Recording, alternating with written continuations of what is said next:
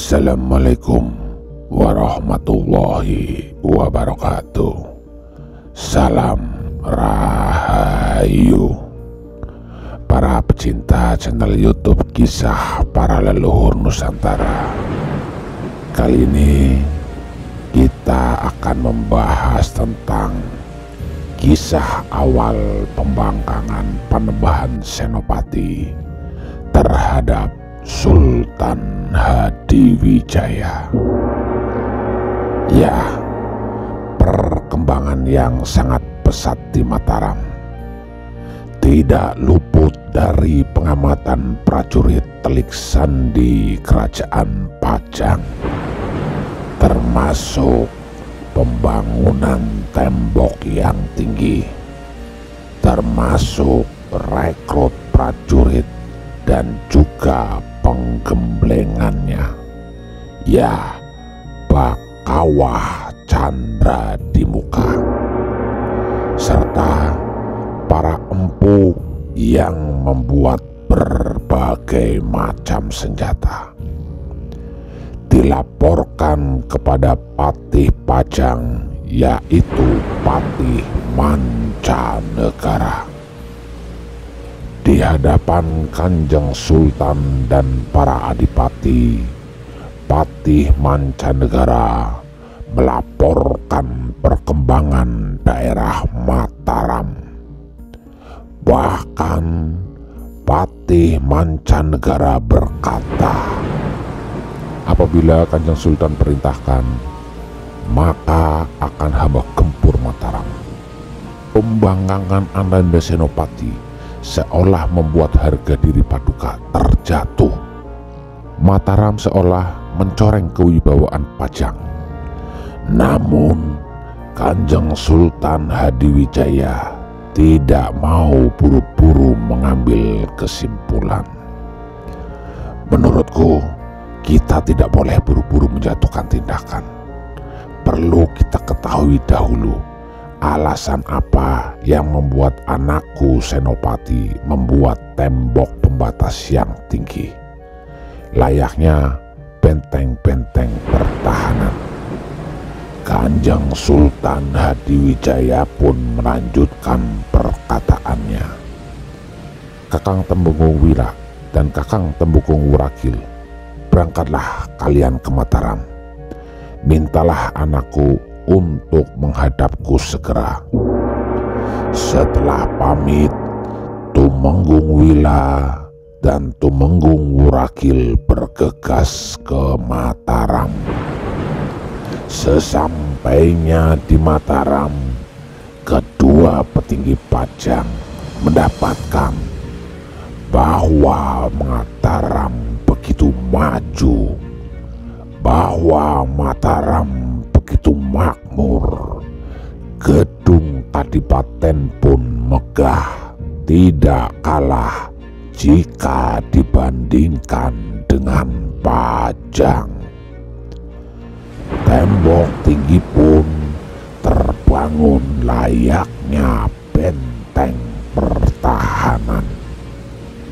Bahkan mereka mendapatkan adanya tanaman pohon beringin kurung.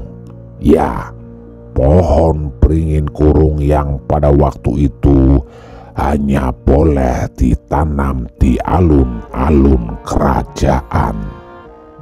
Namun sesampainya di kadipaten, mereka mendapatkan informasi bahwa Panembahan Senopati sedang berlatih kuda. Segera mereka memacu kudanya ke tempat di mana Senopati berlatih. Setelah mereka sampai di mana tempat Senopati berlatih dengan kudanya, jelas sekali terlihat bagi Tumenggung Wila dan Tumenggung Wurakil, bupati dalam kerajaan Pajang, bahwa Panembahan Senopati begitu gagah di atas kudanya. Terlihat begitu tangkas, bahkan melompati rintangan dengan menggeber kudanya, baik akselerasi ataupun deakselerasi. Kedua Temenggung ini merasa gerah. Kenapa Panembahan Senopati seolah asik terus berlatih, tidak menghentikan latihannya, dan menghampiri kedua Temenggung dari Pajang. Mereka ragu untuk turun dari kudanya, karena jika mereka turun, maka dianggap yang turun dari kudanya berarti pada posisi derajat yang lebih bawah. Bagi mereka, mestinya Panembahan Senopati yang turun terlebih dahulu dari kudanya dan menghampiri mereka. Namun, kenapa Panembahan Senopati tidak turun-turun dari kudanya? Kenapa Panembahan Senopati tidak menghampiri mereka? Lalu mereka berpikir sampai kapan mereka akan menunggunya. Lalu beberapa lama kemudian, Panembahan Senopati seolah terkejut dan bertanya, Paman Wila dan Paman Wuragil, ada gerangan apakah sampai paman berdua jauh-jauh dari Pajang ke Mataram ini? Tanya Panembahan Senopati. Kedua paman tersebut menghela napas dalam-dalam dan berkatalah Tumenggung Wuragil, kami berdua datang kemari atas titah Paduka Kanjeng Sultan Hadiwijaya untuk menyampaikan pesan beliau. Lalu Panembahan Senopati kemudian bertanya, apa pesan ayahanda Kanjeng Sultan kepada hamba? Tumenggung Wuragil pun langsung berkata, Kanjeng Sultan berpesan agar Ananda Senopati tidak berfoya-foya, agar Ananda Senopati tidak mengumbar hawa nafsunya untuk makan dan minum. Kemudian Kanjeng Sultan juga berpesan agar rambut Ananda Senopati dipotong biar rapi, tidak aut-autan. Dan yang terakhir, Ananda diminta untuk menghadap ke Pajang bersama kami. Panembahan Senopati pun tersenyum dan segera menjawab, pesan Kanjeng Sultan hamba terima. Tolong sampaikan jika hamba diperintah untuk tidak makan dan tidak minum, hamba masih hidup hingga hamba masih membutuhkan makan dan minum. Kemudian rambut hamba ini panjang karena rambut hamba tumbuh sendiri. Tidak pernah hamba memerintahkan rambut hamba untuk tidak panjang. Kemudian hamba diminta menghadap ke Pajang. Sampaikan hamba menyanggupi, asalkan ayahanda Sultan menghentikan kebiasaan buruknya, yaitu mengambil anak perawan dari para abdinya untuk dijadikan selir. Wah, bagaikan gempa berkekuatan 7, skala Richter, Temenggung Wila dan Temenggung Wuragil mendengar jawaban Panembahan Senopati. Kedua Tumenggung hanya merasa geram dan segera mohon pamit untuk kembali ke Pajang. Namun di tengah perjalanan pulang ke Pajang, mereka berdua bingung jika menceritakan apa adanya yang mereka alami tentang Panembahan Senopati.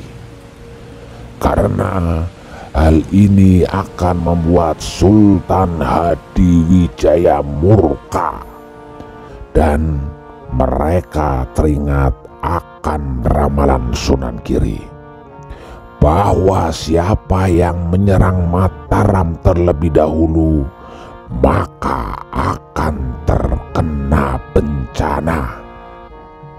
Akhirnya mereka bersepakat bahwa mereka akan menceritakan tentang segala sesuatu yang dilihatnya di Mataram.